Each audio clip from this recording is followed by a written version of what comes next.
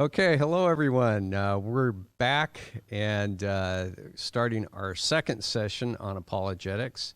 And this week I am honored to have my friend and guest, Scott Garcia. Hello. Hey, Scott. Great to be here. And we go back a long ways. I remember when you adopted your son. Yes. And he's how old now? 23 now.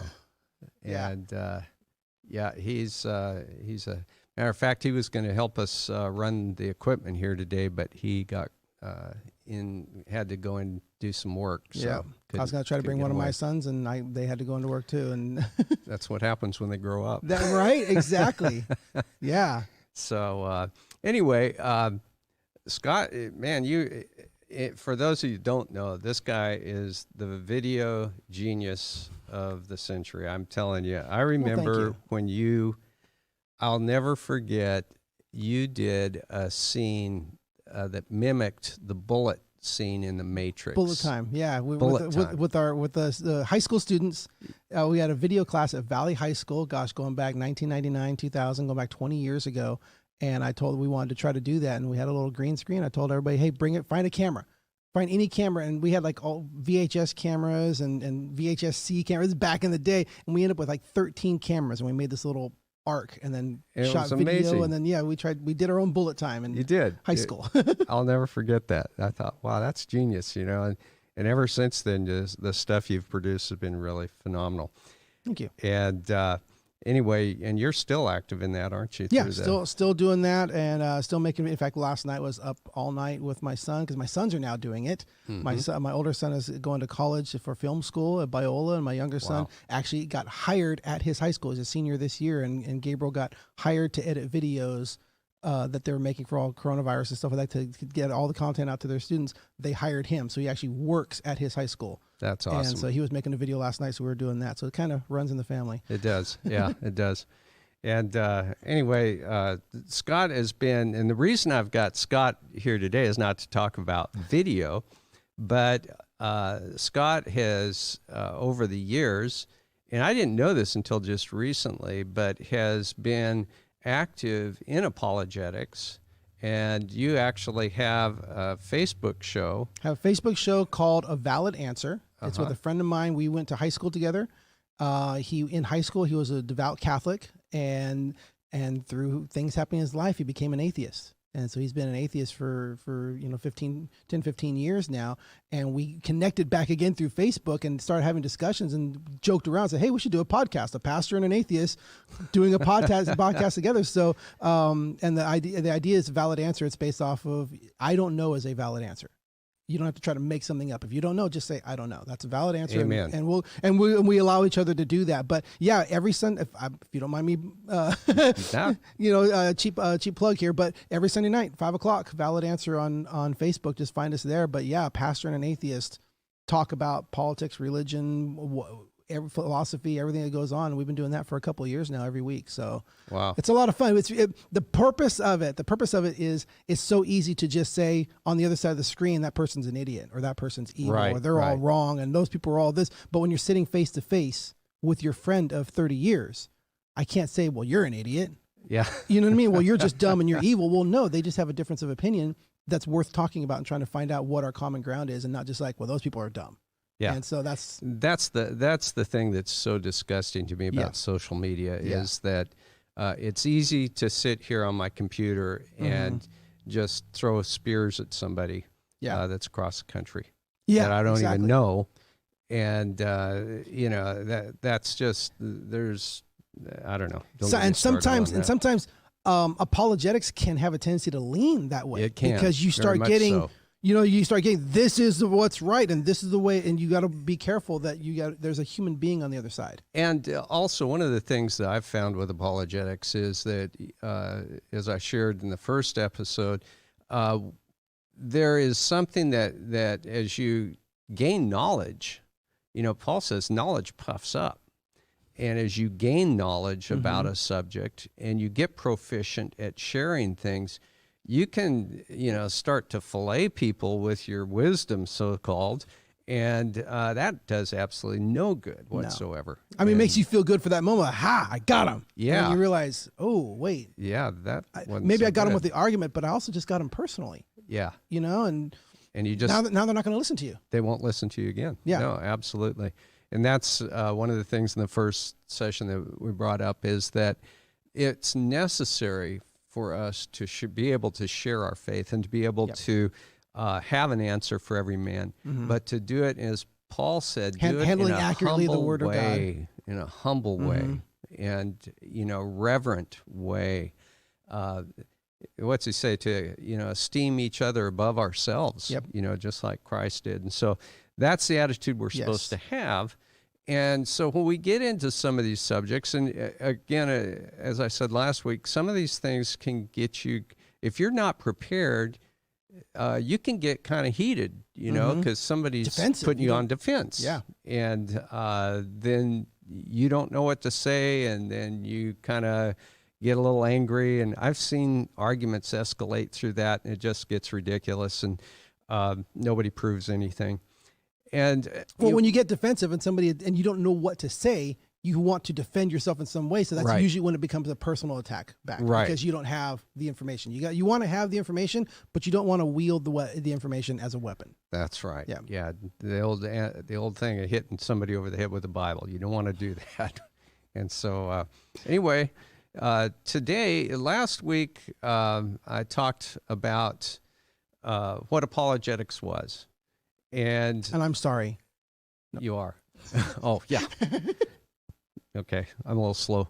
And what apologetics is, being able to make a defense for your faith and being able to do so in a way that doesn't put people on the defense, hopefully, and does it in a loving way that people understand that you're genuinely concerned. The first session I called experiential apologetics. I kind of Googled it. I haven't found that anyplace, so I think I came up with a unique you coined one. it. I coined it, yeah. You can quote me on that.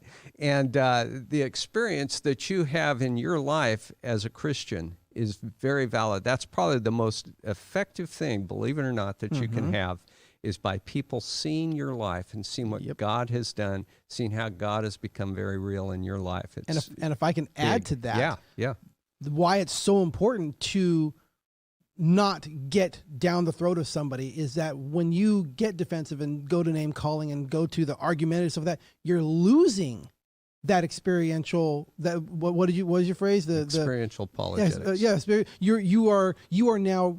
You're losing that argument by trying to win this argument. You're making yourself a worse example of what a Christian should be. Yes. And so that's why it's really important because that is the most valuable one. That's the one because when you're there with your friend, when you are in when you're in a relationship and talking about these things civilly, how you respond to that person, how you love that person, and how you treat them as Christ would treat them is more powerful than anything you could say.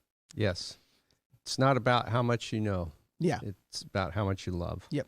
So today we're going to look at the second form of apologetics that I want to discuss, and that's philosophical apologetics. And specifically today, we're going to look at a question that, if you haven't run into it yet, you will. Yep. And it's probably the biggest argument that either atheists or agnostics have against Christianity, and that is, if God is perfectly good, why does he allow evil? And so that's going to be today's subject. I'm going to go through basically real quick here. I want to run through the different kind of apologetics that we're going to be looking at in this class. First of all, the experiential. We've already done that. What has God done in your life? Philosophical apologetics. Now, this is going to be ethical and a little bit of physical, moral arguments for God's existence. Yep. And then evidentialist apologetics is basically the forensic scientific approach to showing, for instance, the validity of the Bible and historicity of the Bible and so forth. Every day they're digging up, in the Middle East, they're digging up a new reference that's found in the Bible. That's right. So we're going to look at that. So anyway, we're going to get into some conversation here. So get some coffee.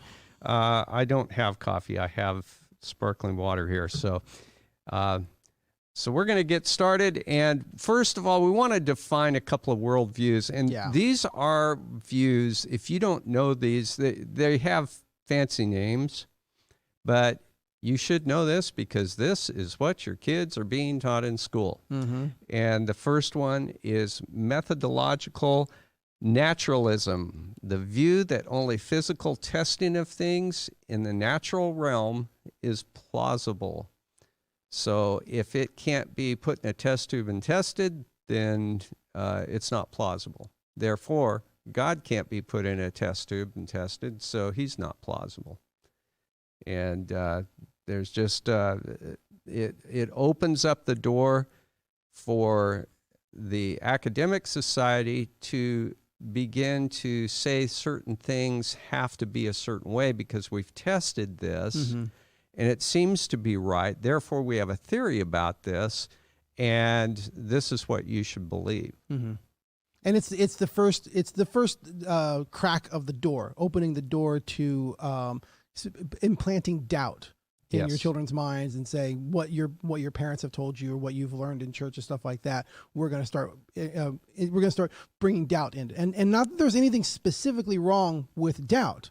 Doubt causes us to research, and doubt causes us to do what we're doing right now, which is learn more so that we know what we know and that we can express that. But like you said, in the realm of school and stuff like that, if you don't have what we're talking about today of how to deal with these and how to talk about these with your kids or with people you know, they're only going to see the one side, which is doubt.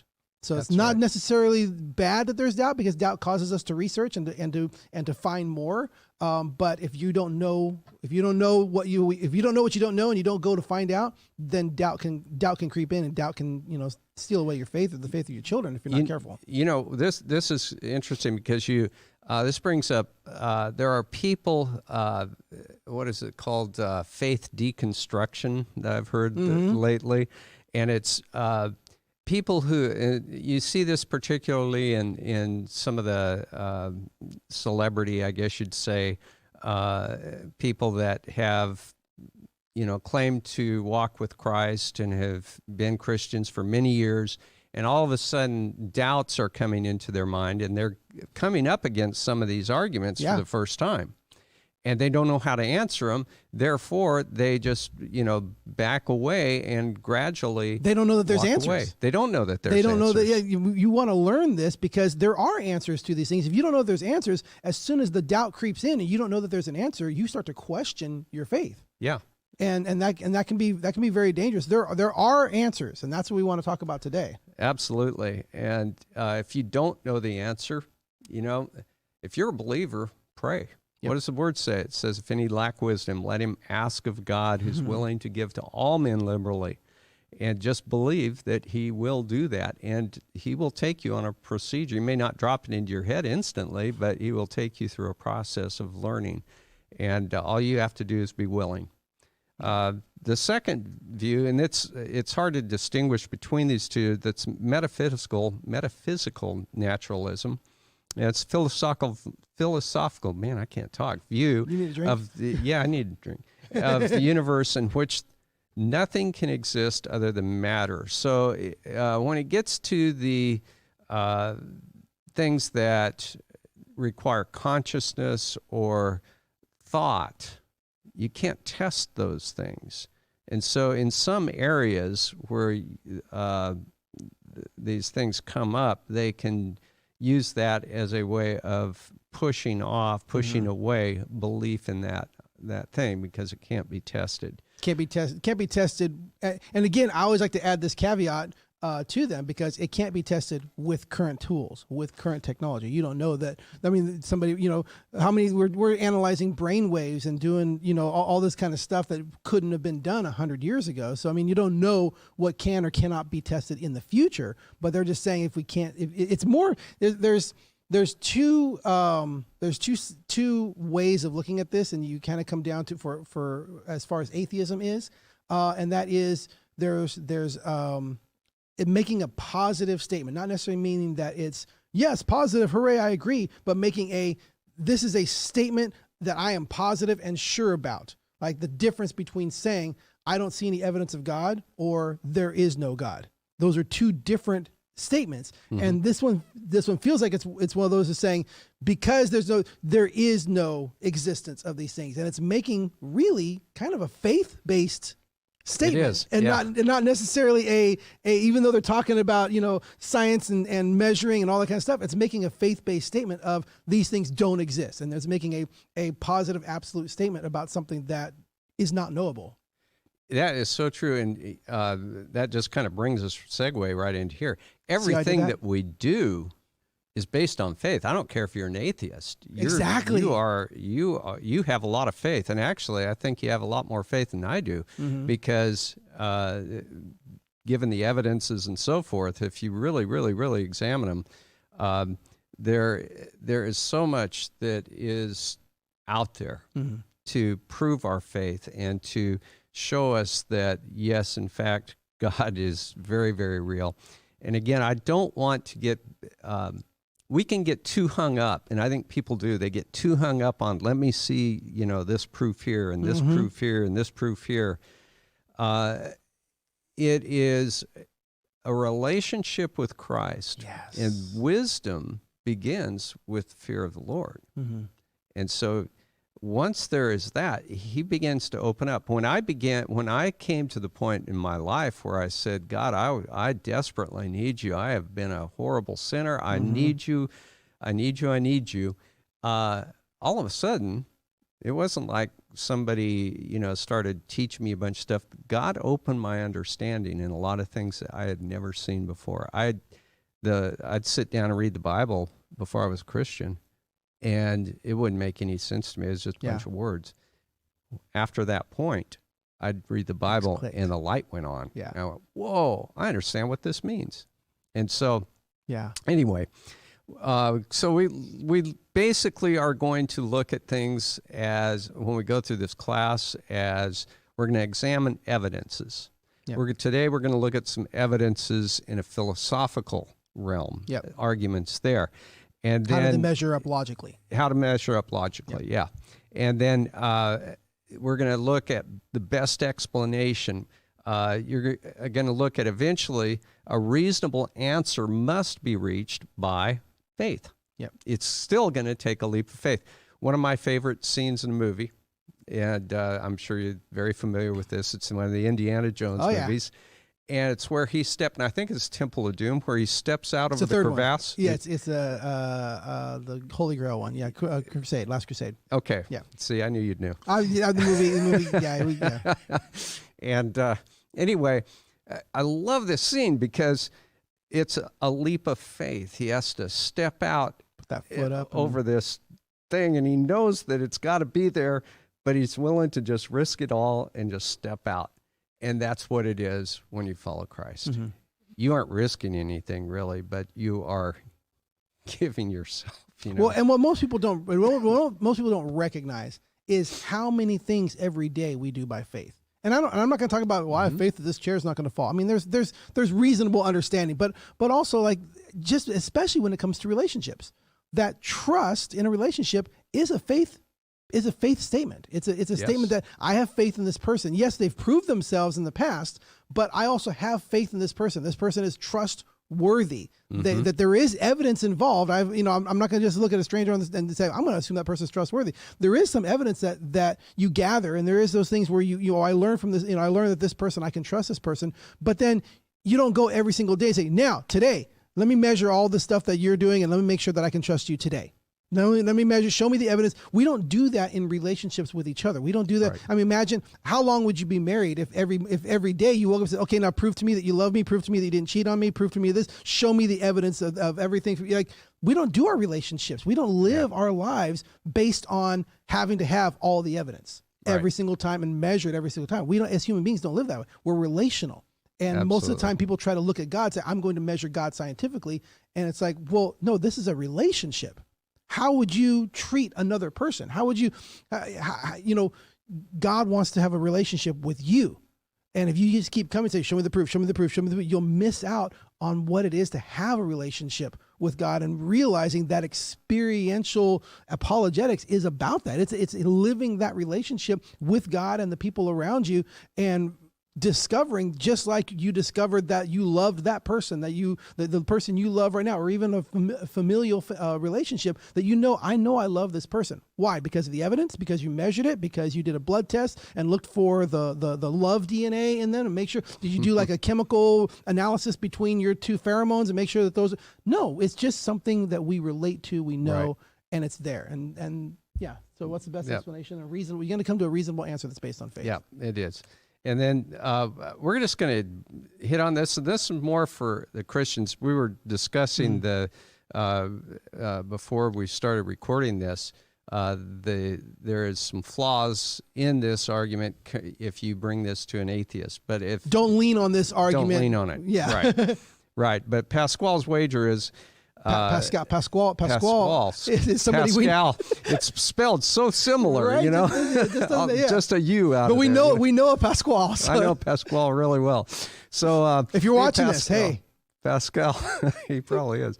Pascal's wager is an argument in philosophy that presented in the 17th century by a French philosopher, theologian, mathematician, physicist, Blaise Pascal, and he's basically saying. This is how one of two ways that you're going to bet your life, you know.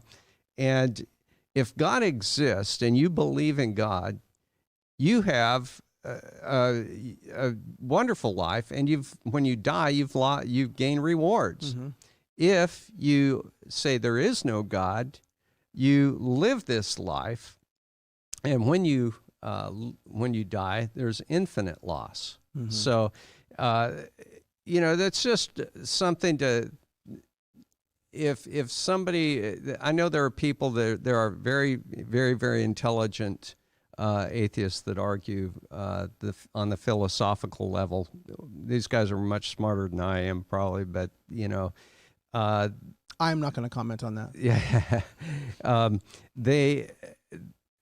They can think of a million different excuses and ways to attack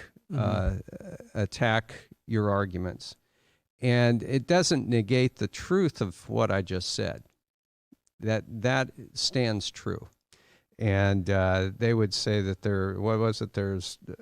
doesn't explain why you can't, have other gods. Basically, what it is, Pascal's wager is saying, here's this bet, and if you bet and you win, but if you bet and you lose, you haven't really lost very much. You know, if I believe, if there is a God and I bet that there is a God, and it turns out, hey, I die and find out there is a God, I've won. If there is a God and I bet that there isn't a God, and I die and I find out that I was wrong, I've lost everything. And that's the idea of the wager, but it is based only on one game, one card. It's like blackjack. It's based on, I'm betting on the one next card. And atheists will come back and say, but it's not blackjack, it's roulette, where there's an infinite number of numbers, and you're going to place your bet on 17, but what if you placed your bet on 17, but the answer is actually 47?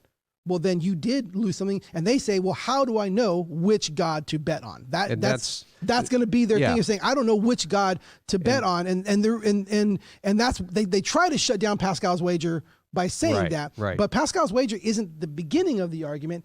It's the end. Yes. It's the end of the argument. It's here's my experience, like you talked about last week. Here's what I have lived. Here's what I know. You know me. We're in a relationship. I'm talking to you as a friend. You've seen these things happen in my life. You've seen me go through this. Mm-hmm. Now, what have you got to lose to try what I'm offering? Right. And that's you bring in Pascal's wager at the end, not at the beginning, because it's like you're building a proof for this, and then you're saying it's worthy of a bet. It's worthy to try it. Yep, it is. And at some point, I'm going to share my dad's testimony of how he came to the Lord, which is experiential again, and it's miraculous. It's one of the most dramatic experiences I've ever heard of as far as conversion, and it happened during World War II. Wow! And so, anyway, at some point I'll explain that, but his experience, coupled with that argument right there, for instance, what have you got to lose? Anyway, let's move on. Yeah. Problem of evil. if God is perfectly good, why is there evil? Why does he allow evil, or why is there, yeah. Yeah. Why is it there? So basically we have to, first of all, what is evil? Evil is, what is darkness? The opposite of what God is, Yeah. right? How do you even know what light is if you don't know what darkness is? And also, as we're saying this, if you're an atheist and you're saying that, okay, there's evil, then what defines good? Exactly. That's even bigger one for atheists is what how do you as an atheist define what's good? Because here's what happens. I've faced this question. Why does God allow evil? Because somebody's saying, the person, there was a shooting was happening and God helped me to escape by having this door open, and I've had a person say, why didn't God just stop the person from shooting? Why didn't God just step in and stop the person from shooting? And that's obviously evil. Why didn't God stop that? And I asked him, I said, so you want God to intervene and physically stop when evil happens? Yeah. I go, so if you're about to lie to somebody, you want God to shut your mouth? Well, do you want God to step in and stop you from everything, or you just want him to stop him from the things you think are evil? Absolutely. Yeah. Yeah. And that's where it comes down to. If you think that's evil, then you must say that, then you must define what's good. And if you want God to stop evil, then you're asking God to stop everything that he sees as evil, not what you see as evil. And all of a sudden that changes the whole picture, because you're like, well, no, I don't, and you get to stammering. And it's like, that's what you're asking. It's more relativism. Yeah. And whatever I think is right, you can go to different societies and get different definitions of good and evil all over the place. But there's one standard, and that's where it comes back to God. Yeah. So anyway, there's evil is, in the Christian realm, and our Christian definition is anything that goes against the things of God. Pretty basic, pretty simple, right? And so where did evil come from? I've had people say to me, why did God create evil? Well, he didn't create evil. Matter of fact, in Genesis, in the first chapter of Genesis, it says that everything created was good. Mm-hmm. So it was good. He started out with everything great. So where did evil come from? You have to be able to choose. You cannot, there is no goodness, there is no virtue unless there is choice. Because robots are not evil. Yes. Computer programs are not evil. Unless you watch iRobot. But again, it's saying the only way that can happen is if that's a big jump, is to say that now there's artificial intelligence but what makes it a choice. It made a choice. Yes. That's where it comes down to. Yes. So I'm not saying that robots can't, who knows? Who knows the future that maybe computers will be smart enough to where robots will be conscious and they can make choices. But what makes something evil is the ability to choose. And right now I can write, I don't know how to write, but somebody can write a program on your computer, on my iPad, whatever. They can type up a program that can do things that we as humans might call evil. Mm-hmm. But the program doesn't know it's evil. The program is just ones and zeros, and it's just working out a program. That's all it does, because it has no choice. So as human beings, God created us. I like to create things. I like to draw, but also I'm into Legos. And those of you who are big fans of Legos, you know that I know that it's not called Legos. You're supposed to. Anyway, I call it Legos. Doesn't matter. What's it supposed to be called? Well, it's Lego bricks. Like Lego, you don't pluralize Lego. You're not playing with Legos. You play with Lego bricks. Or the Lego system. I'm now enlightened. Isn't that crazy? Yeah. So, but I'm not that far into it. I still just call them Legos, even though I know that grammatically that people go and jump all over me. But I like to create stuff. I like to build Legos. I like to build like with the gears, the Technic gears and stuff like that. And I want to figure out something that's going to be able to move, grab this. I love that type of stuff with the gearing and stuff like that. And what's the ultimate creation? The ultimate creation would be to build something that can then operate itself. To build something, the ultimate creation is to then build something that can then go reproduce itself. and live on its own. And we kind of live that. We kind of see that with our children. We raise our children, stuff like that. And then, your child's 23, mine's 19 and about to be 20. And I'm seeing them, they got to go live their own lives. But God creating us and saying the ultimate creation is something that can then choose. I can make this great computer, I can make this great program, I can make this great robot, but it really isn't alive. It really isn't its own thing.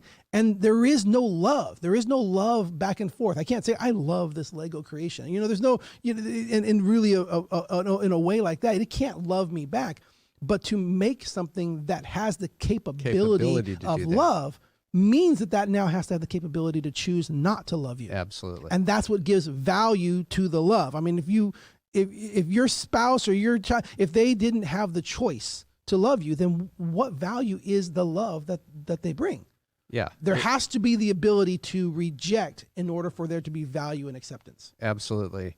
And so that brings us to this next point. Evil is a corruption of good and arises from the misuse of the will. Yep.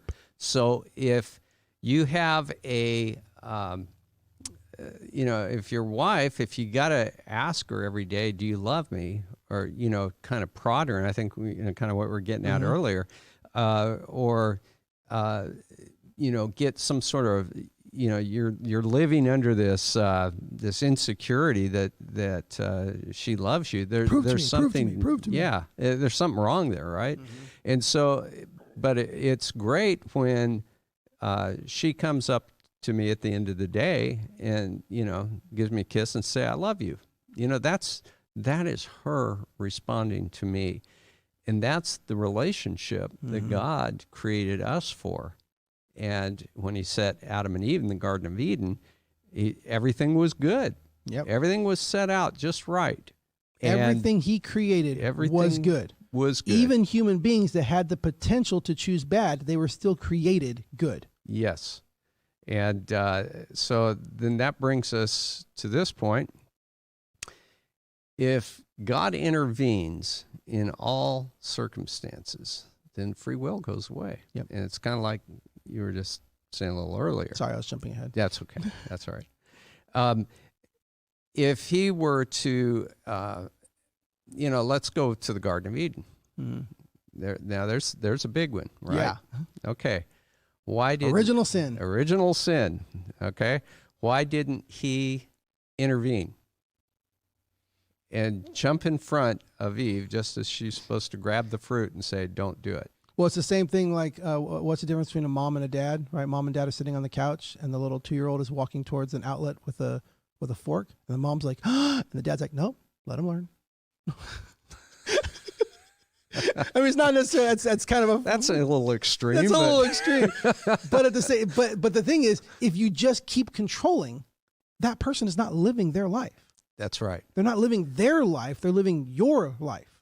That's right. If you just step in every single time and just control, there's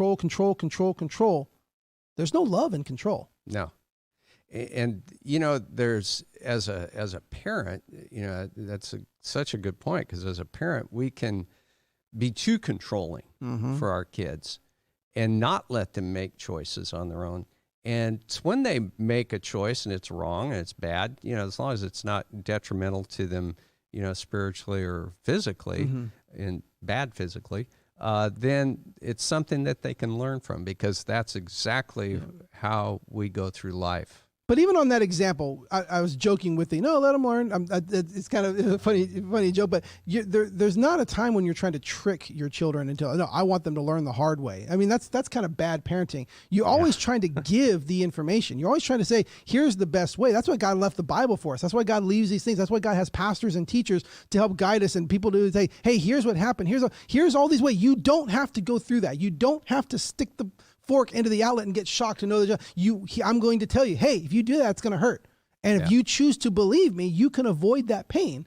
But if I just keep trying to stop you from everything, then you will never learn. You can learn from information, but if I just give you the information and don't let you experience life, I'm just controlling you, and you're not learning. You're not fully learning everything. And that's the free will. Yep. Now, as man goes on, obviously, They ate the fruit, Yep. got kicked out of the garden and everything. And things changed for them because now at this point, they have been exposed to evil. Yep. And it has become an inherent part of who they are. And unfortunately, that gets passed from generation to generation to generation. So we're all born into that. It's part of our DNA. And so we talk now about the depravity of man. Yeah. And that we are all inherently evil. And so think about the people, you look at, for instance, one example, and by the way, I'm getting some of this from an apologist who I've sort of kind of following that's just amazing, Clay Jones, and I highly recommend his books. But one of the things that he brings up is that he began to look into genocides throughout the world when approaching this subject. And it kind of got him, because he got into the severest forms of depravity of man. And he began to look at these. And these are things that you kind of look at on a picture and then you turn away and walk away and forget about it, right? These are real people that went through real horrific things. See, you and I both been to Israel. Yes. And went through the Holocaust Museum there. And I remember hearing about this, but standing in there and no matter where, there was no place to look away. Right. Wherever you looked this was real. This pile was real. Of shoes this was real. And whatever. It hit yes. hard. Yeah. Yes, it does. And one of the things that, he brought up in discussing this is the people around, you think of it just being the Nazis that were in the concentration camps that were doing this. Well, this permeated into the society. It was the people around the camps that also had some sort of part in it. It was the people that make Bayer aspirin that you take today that made the gas that killed the people in the ovens there. Yeah. And so it was a horrible thing, but people, were part of that. So isn't that inhuman? And this is his point. No, this is what humans do. It is human. We call it inhumane, but it's like, well, no, it's kind of ingrained in us. It's what we do. And then, so here's some more stuff. 78 million killed. We think of, the 12 million, 6 million Jews and 6 million Poles and everybody else that was killed by the Nazis.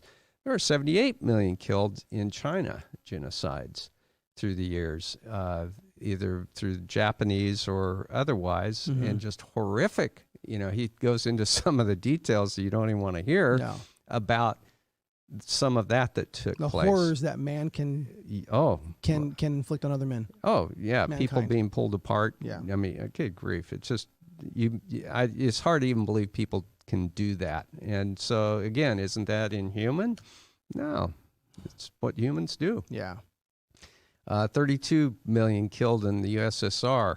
Stalin did his thing, and there's all kinds of people killed in the USSR. And again, isn't that inhuman? That's what people do. It's become a very big part of the fabric of mankind. 1.7 million, and then 1.6 million in North Korea. Yep. And then 60 million unborn children in the United States as of 2019. And the thing about it is, and this is one of the tactics that is used by these regimes, they classify whoever it is that they want to get rid of as inhuman. Yeah. For instance, in Rwanda, the two tribes that Tutsis and I think it was them that got wiped out pretty much. And they were classified as not being human. That's how they got the other people to believe that they were doing the right thing. See, you can convince a society if you do it right. It's like Hitler, of you're doing the right thing by getting rid of this race or these people. And that's what happened with them. Mm-hmm. It's also what's happened in the United States by saying this isn't really a human yet. Yeah. And so therefore we can go ahead and kill whatever. this. And it's really funny, not funny, but it's really ironic in that how much they want to protect animals that aren't human. Yes. Whales. Yeah, it's seals. like, but here's this miniature human being. It's like, but it's not human yet. Right. Yeah. And now it's gotten to the point where it's actually born almost, or if not already born. Anyway. Yeah. So you get the point. It's not an abortion discussion. Yeah. So humans are inherently bad. I think we see that. There's not any good things that we do per se. I mean, there are good acts that we perform, but we all avoid the performance of evil acts only as it is convenient to our well-being. And this is one of the things that Dr. Clay Jones brought up, is that if, let's say a person meets another, like a guy meets a girl at work. Now, he's already married, she's already married, but they don't, they think all the thoughts in their head, they fantasize all these things in their head, but they don't do it. Why? Because it would be inconvenient to them. They might get caught, they might get a disease, there's all these things that go through their head, and so they don't do that. But once those things get moved out of the way, then that can happen. It allows you to measure. It allows you to measure the level of inconvenience you're willing to tolerate in your life. And that makes it relative. When those things can shift and those things can move, that's why you get to these points that you can then shift these things that, no, this is not the right way. But now it's convenient. I can move those things to a place of convenience, and now I can do this. And that's why relativism is so dangerous. Yeah. Because it allows you to shift those things. So, because here's the thing. We keep saying, did God create evil? Who created evil? And I just thought of this while we're sitting here. I mean, it's a little, I don't want to build a philosophy around this, but I think humans created evil. By our free will. By our free will. Like we created evil. Human beings created evil. Why? Because what is the root of all evilness? When you get down to it, evil exists because of selfishness. Selfishness, absolutely. It is myself, and right here it's saying we avoid performance of evil acts only as is convenient to our well-being. Let's go back to the original sin. Yeah. All right. So human beings created because of selfishness. What did Satan promise to Eve? Knowledge. Said you'll be like God. Yeah. You'll be just like him. You'll be just like him. I want that. I want that. I want to be like that, even regardless of what he told me to do, not to do. I want this. I want what that. I don't have. Yes. I want some. And here's the thing. You don't even know if you have it or not. I want what that person tells me I'm supposed to have. That could be somebody, but it's that idea of I want. And anybody who has ever raised a 2-year-old can know that's not taught to human beings. That's right. Selfishness is not a learned experience. It's not a learned value. It's not something you are taught. You are born selfish, and selfishness is what leads to evil. I mean, I'm not trying to quote Yoda here or anything like that, but fear leads to all that kind of stuff. But selfishness is the root cause of evil. Yes, and we are all inherently evil. I know some people will disagree with that, and that's fine. You can. But I think that we see that mankind, if you study mankind over the years, you see that is the case. So aren't there good people? People who live their lives doing good things. Define good. Define good? Well, I think we could generally say, somebody does something good to somebody, There was a campaign that actually started here in Bakersfield. What was that? It was kind of the pass it on type of a thing. Pay it forward. Pay it forward, yeah. And, just doing something good for somebody else. Random acts of kindness. Random acts of kindness. That's right. That's what it was, yes. And that's great. But, again, that is an act that's not necessarily who that person is, because I think we see at the root of everything, we're all selfish. Yeah. We all have that free will, and we make Well, those again, there are people who choices. have personalities. I don't know if you've ever taken the Enneagram personality test and stuff like that.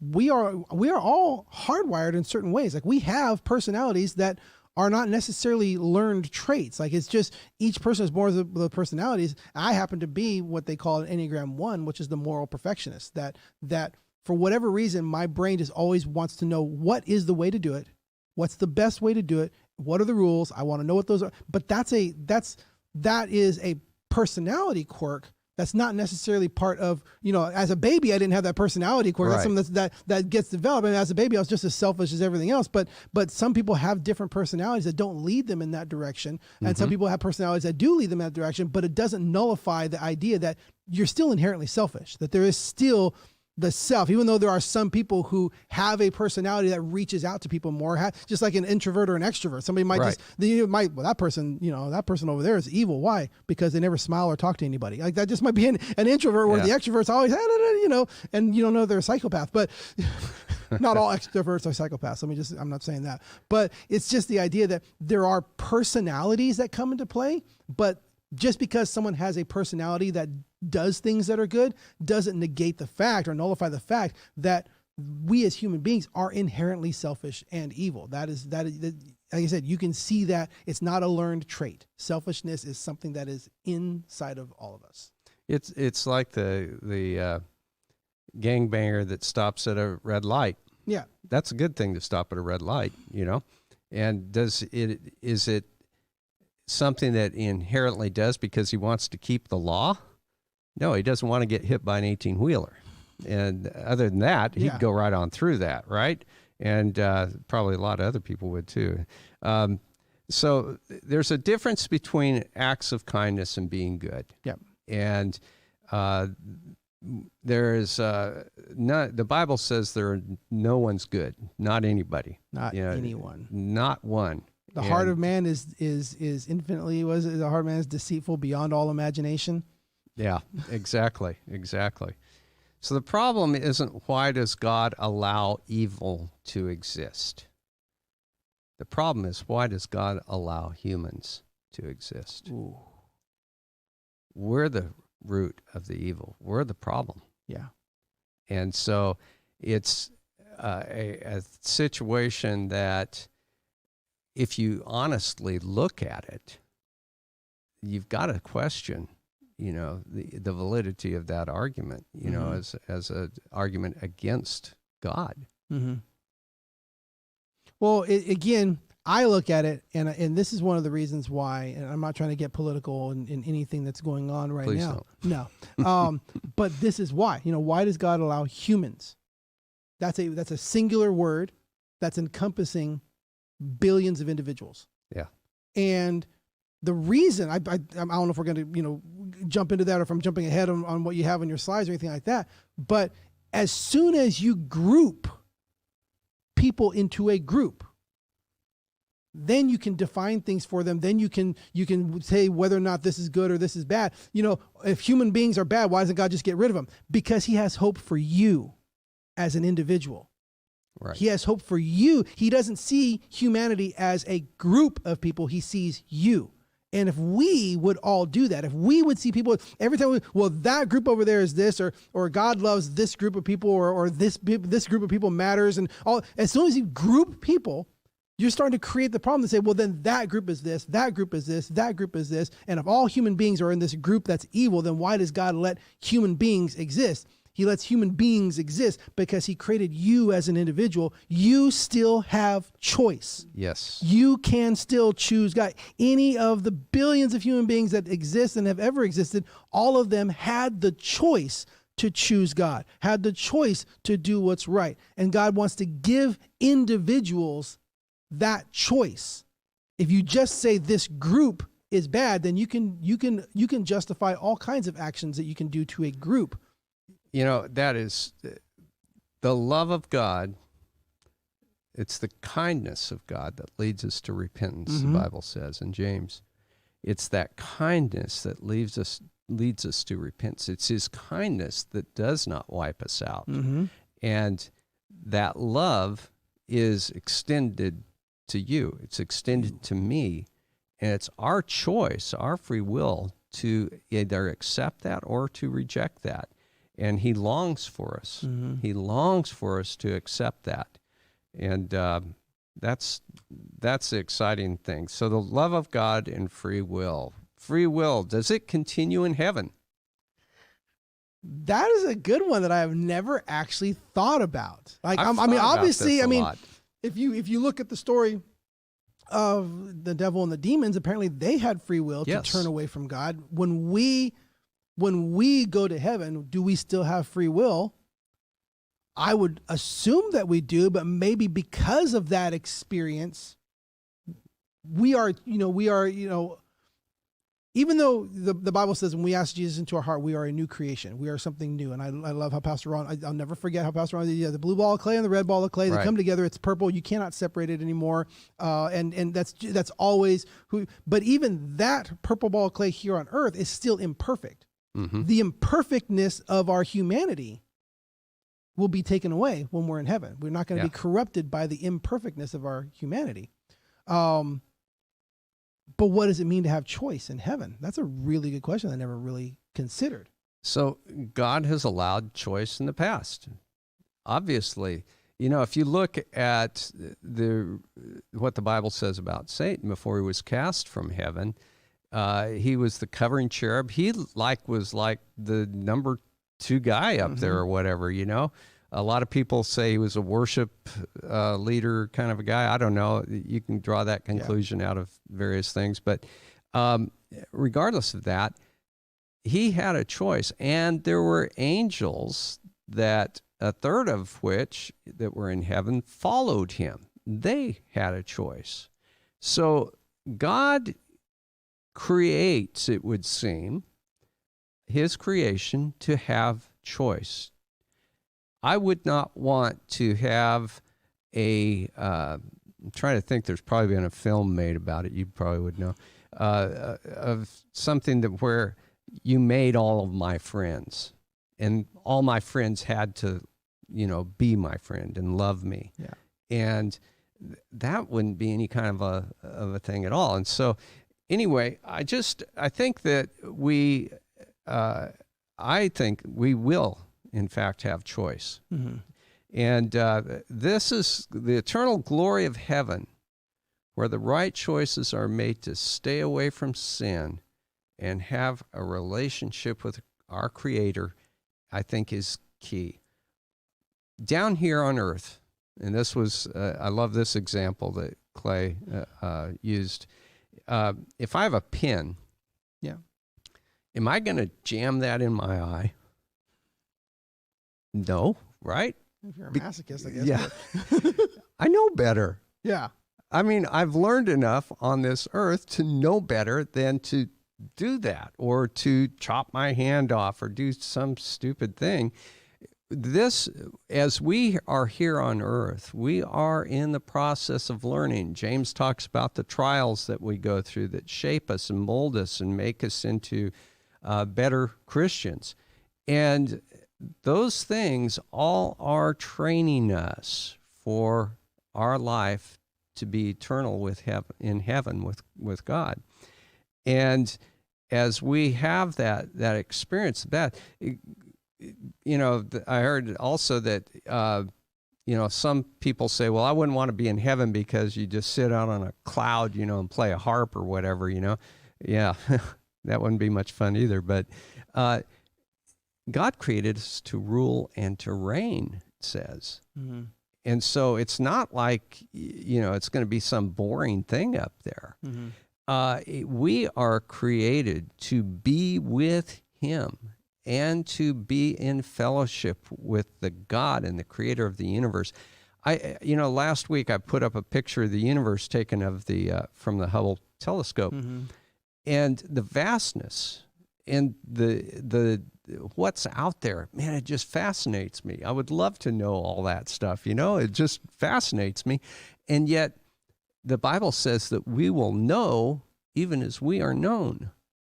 Our minds will be opened up at that point and in fellowship with God in such a way. Would you really want to use your free will at that point to go back to where we are now? Hmm. I don't think so. And even compared, because they say, well, then Satan was with him and knew that stuff, and he still chose, but it doesn't describe Satan and the angels as being created in the likeness of God as we were created. That we are actually a different kind of creation. Amen. That we, Yes. so you can look at that and go, well, they have this, but we are actually, the Bible defines that. You can look at animals. We're a different kind of creation than animals. God created us in his image. And so we are a different kind of creation. So there's no telling what, until we go and come back. I don't know until we get there, but what that means when we're in heaven, that we're a different kind of creation. That, is it possible to have free will and yet never choose wrong? I guess that's what's good. Is it possible? Just like somebody says, is God strong enough that he can build a rock that he cannot move? Yeah. And I go, yes. And then he'll move it. Because God is impossible. You can't trap God with impossible questions because God is impossible. Right. You can't. He's like, well, that doesn't make any sense. I know. Who knows? Maybe it doesn't make any sense, but we could be creatures that have free will that never choose wrong because of the way that he created us, and then being in that perfect setting. That doesn't make sense, Scott. You know what? Welcome. Yeah. You're trying to make sense with your mind that's this big and trying to understand the vastness of God with this. And what does he say? The wisdom of man is foolishness to God. Yeah, so as smart as we think we are, really, we're going to look at God and say, you don't make sense. And God's going to sit us down like Job and say, where were you when I laid the foundation? Who tells the oceans where to go and where to stop? Do you? Right. It's like, the arrogance of mankind to say, if I can't understand it, therefore it does not exist. Yeah, that's irrelevant. Yeah. So we're going to wrap up here. Okay. I don't even know how long we've been going. It's probably way too long. Almost 45 minutes, I think. Okay. Yeah, that's way too long. C.S. Lewis has this, I love this quote. I believe in Christianity as I believe that the sun has risen, not only because I see it, but because by it I see everything else. It's the knowledge that God has placed in me as a Christian, since I've been a Christian, that I see everything else. It makes sense. And so all of these arguments that we run up against and that you will run up against, you may not have all the answers. I sure don't. And it's something that we can work on and study. But you know what? I know because of what God's done in my life, I see everything else. Yep. And it all makes sense. I'm going to throw up a couple of references here for you guys that I think are really important. I think one of the best works I've ever seen on the subject of evil was through Dr. Clay Jones. You can also watch his stuff on YouTube. He's got a lot of stuff on YouTube, and just fascinating. The book that we're going to be using for a lot of this later on when we get into the evidential things will be The Evidence That Demands a Verdict. Yeah. And that's a classic. And back when you were teaching your photography or video class. Yep. I think I was teaching. You were a Bible teacher. I was a Bible teacher teaching apologetics at the high school. So anyway, in that day, long time ago, we had Josh Vietti as our students. We had Vince, Josh was in the class. Josh, all the people you normally see sitting at this table, half of them were in our classes, and we were their teachers. So, and then the last one is The Problem of Pain by C.S. Lewis. Classic writer, phenomenal philosopher, and also just a phenomenal writer. He's written a lot of stuff that our kids watch. Yeah, and you probably know him because of the narrative stuff, the Narnia, the fiction stuff that he's Chronicles of Narnia, like that. But yeah, there's a lot of nonfiction stuff that he wrote as well. One of the classics, Mere Christianity, which you just have to sit down and, oh man, that's so deep. That's such a deep book. And anyway, I don't want to prolong this, but thank you guys for watching. Thank you. Hopefully you made it through all of this. And next time we're going to probably do another philosophical question as well. And that, for instance, why does God allow all the killing that took place in the Bible to happen? Problem with violence in the Bible. Violence in the Bible. And so we'll be, because these are things that you will be asked. Yes. You will be asked this more than any archaeological proofs or anything like that. But you do need to know that the Bible is solid. Yeah. And we're going to go over that eventually too. So anyway, thanks, guys. Thank and you. We will see you next time.